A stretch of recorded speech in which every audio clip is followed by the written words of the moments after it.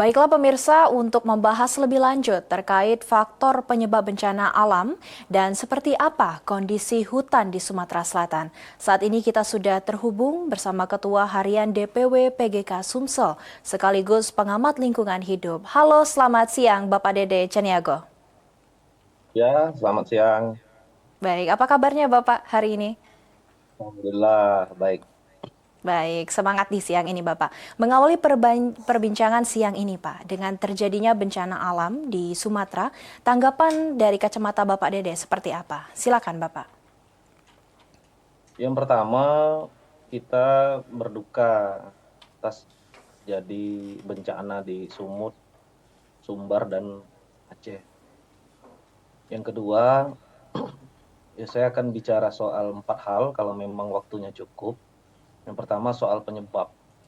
Kalau penyebab sudah sebagian besar tahu ya, bahwa ini disebabkan oleh eh, tempat penyerap air, yaitu salah satunya pohon dan hutan sudah banyak gundul, sudah banyak habis, sehingga penampungan air atau serapan air itu tidak bisa lagi ditahan oleh banyak pohon, sehingga air beserta dengan kayu-kayu besar yang memang ada di hutan-hutan itu laju deras menuju ke masyarakat, ke perkampungan.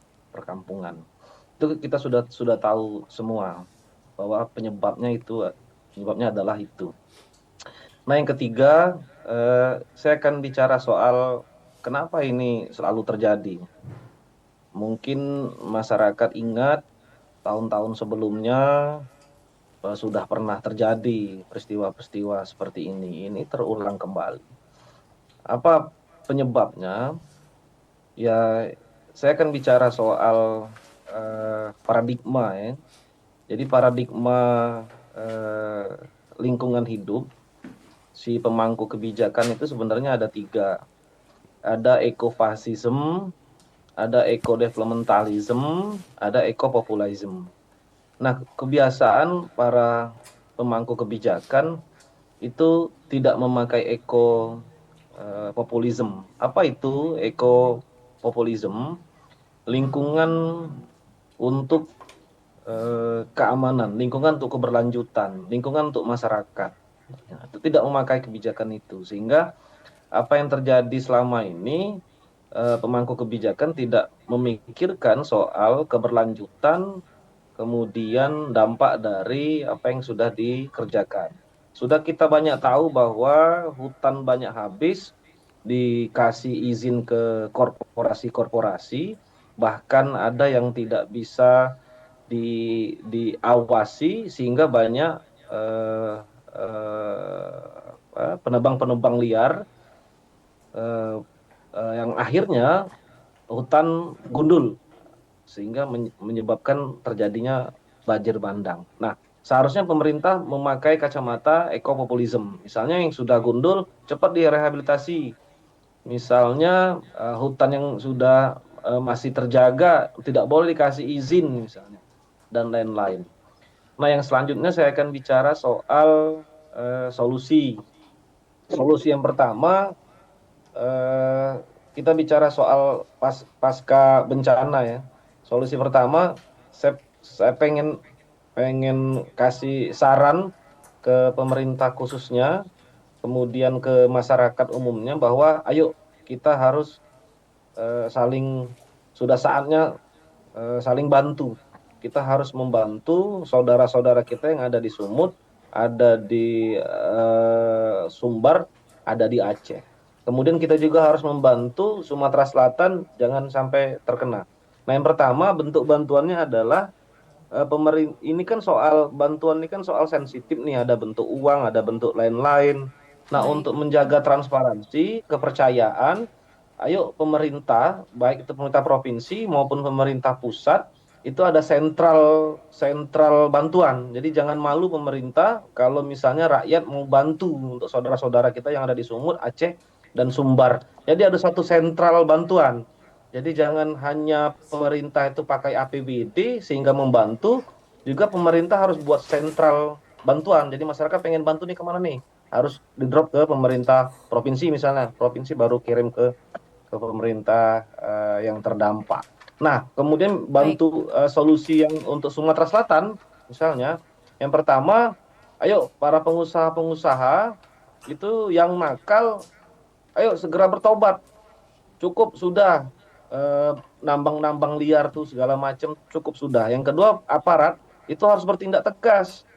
Jadi jangan kong kali kong, jangan malu-malu, jangan takut bahwa harus tindak tegas yang membabat hutan secara ilegal. Kemudian bagi pemerintah juga harus diterapkan satgas penegakan hukum. Itu harus dieksekusi, harus ditangkap orang-orang yang sudah mengalih fungsi kawasan hutan di wilayah Oki misalnya, wilayah Lahat, wilayah Muara Ini, Muba, itu banyak sekali hutan-hutan kita yang memang sudah teralih fungsi menjadi sawit misalnya. Yang kedua, memang gundul misalnya. Nah, itu harus cepat bertindak tegas. Nah, kemudian bagi masyarakat, tolong diviralkan, dikasih tahu, diinformasikan bahwa ada hutan-hutan yang memang sudah ditebang. Jadi kita saling membantu agar Sumsel tidak terjadi. Nah, yang terakhir harapan. Harapan saya, harapan kami dari PGK Perkumpulan Gerakan Kebangsaan, khususnya dari Sumatera Selatan, menghimbau kepada pemerintah pusat untuk segera ditetapkan sebagai bencana nasional ini, agar dorongan dari pusat, dari Indonesia, dari Jakarta, itu cepat untuk mengatasi peristiwa yang terjadi di sana, kemudian membantu masyarakat yang terdampak. Nah, bagi Sumsel, ayo kita siaga, boleh siaga 1, siaga 2, atau siaga 3, agar Sumsel itu tidak terkena juga. Karena kalau di Palembang, kami di Palembang, ini agak ngeri-ngeri sedap. Cuaca ini tidak bersahabat, mendung, hujan, hujan, mendung, ngeri. Jadi baik untuk Sumsel maupun untuk Indonesia, ayo kita siaga, jangan sampai terjadi lagi yang seperti ini. Seperti baik itu. Pak Dede. Baik, siap. Tadi juga Pak Dede kita perlu underline bahwa butuhnya ada kebijakan untuk ekopopulisme ya Bapak ya, untuk populisme, untuk Ekopopulisme, di ya. iya, betul. Dan juga untuk dari kita sebagai masyarakat, lalu aparat dan pemerintah juga harus bersinergi begitu Bapak ya, dengan adanya bencana alam ini. Dan Iya. bisa dijelaskan juga Bapak dari Dinas Kehutanan yang menyebutkan bahwa adanya 300 hektar untuk lahan yang ada di Sumatera Selatan dalam kondisi kritis Bapak. Mungkin bisa diberikan tanggapan Bapak untuk dari Dinas Kehutanan ini Bapak, untuk datanya. Ya pertama, Dinas Kehutanan harus menjelaskan apa penyebab itu kritis. Jangan malu juga menyebutkan ini penyebab dari mereka sendiri bisa jadi. Soal pengawasan, soal memberi izin itu bisa jadi. Atau pemerintah sebelumnya yang memberikan izin sehingga ini menjadi kritis. Atau memang kalau tidak ada izin artinya pengawasannya lemah. Artinya ada perambah-perambah di sana, baik Gakum, baik Polhut atau aparat penegak hukum itu kurang tegas atau tidak mengawasi secara serius, menyebabkan lahan itu menjadi kritis. Nah, ini sebelum terjadi bencana, ayo sudah saatnya harus ini ditindak tegas, dibuat satgas, Agakum, Polhut, APH, itu ada satgas untuk melihat kondisi terkini, situasi yang kritis itu, dan mulai dibuat kebijakan rehabilitasi, penanaman kembali, reboisasi. Baik, baik. Tentunya juga peran pengawasan ini sangat penting, begitu Bapak ya. Nah, Penting. boleh Ya. untuk last statement Bapak, ada mungkin himbauan juga dari Bapak ya, selaku dari pengamat lingkungan hidup untuk masyarakat Bapak di masa saat ini. Saya, Silakan Pak Dede. saya ada dua sebenarnya itu. Yang pertama untuk pasca korban. Nah, pasca korban ini saya berharap pemerintah, baik itu pusat maupun provinsi atau daerah, itu ada satu sentral sentral informasi atau sentral bentuk bantuan. Jadi para masyarakat ini mau bentuk bantunya di mana ya? Kalau sudah individu atau organisasi bolehlah. Tapi pemerintah sudah mulai buat sentral bentuk bantuan. Jadi karena kan soal bantuan ini kan dikit atau besarnya jumlah nominal uang ini kan sensitif. Jadi misalnya pemerintah Provinsi Sumatera Selatan itu sudah buat sentral bentuk bantuan. Jadi rekeningnya ke pemerintah provinsi. Jangan malu. Biasanya kan pemerintah ini kan malu nih dibantu rakyat. Nah, ini masyarakat akan membantu. Saya sudah monitor bahwa pemerintah provinsi sudah ada bantuan kirim ke sana. Ya, saya yakin itu mungkin lewat APBD. Nah, ini lewat masyarakat langsung yang pengen membantu. Jadi ada satu central pos di mana masyarakat mau bantu digalang dimulai. Satu. Yang kedua, kami berharap, PGK berharap jangan sampai setelah Sumut, Sumber, Aceh, Sumsel juga yang kena. Nah, kan ada potensi di Sumatera Selatan ini kena banjir bandang. Misal di wilayah Lahat, di wilayah Muarainim, di wilayah Pagar Alam, di wilayah ada beberapa titik yang punya potensi kena juga banjir bandang sebab di sana hulunya. Nah, nanti hilirnya ke sini kenanya soal bukan banjir bandang, banjir besar. Palembang sudah pernah terjadi banjir besar. Nah, jangan sampai. Nah, bagaimana biar ini tidak terjadi? Ayo sudah saatnya kita coba untuk pertama inventarisasi data hutan-hutan yang udah gundul, hutan-hutan udah habis, sudah alih fungsi. Kita mulai pulihkan kembali, tanam kembali, menjaga kembali, buat edaran, buat kebijakan untuk mulailah saatnya menjaga lingkungan.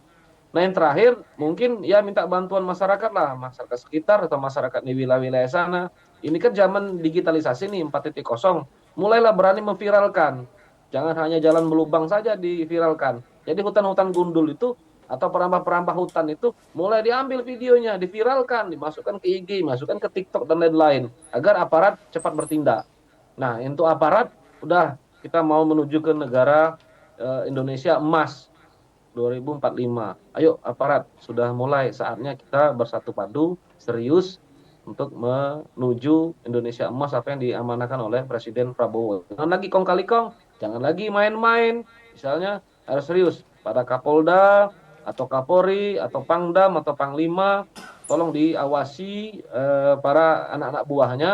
Kalau memang bermain di lapangan, segera ditindak tegas karena kita akan menuju Indonesia emas 2045. Ini benar-benar serius ini kita ingin menjadi negara maju.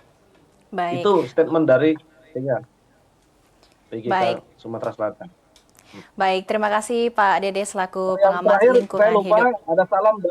saya lupa ada salam dari Mhm. Ketua DPW PGK Sumatera Selatan, Bung Firdaus Hasbullah. Beliau anggota DPRD, Wakil Ketua DPRD Pali tidak bisa hadir. Terima kasih. Baik, baik. Terima kasih banyak atas Pak Dede dan juga selaku perwakilan DPW PGK Sumatera Selatan, selaku juga pengamat lingkungan hidup. Selamat bertugas kembali.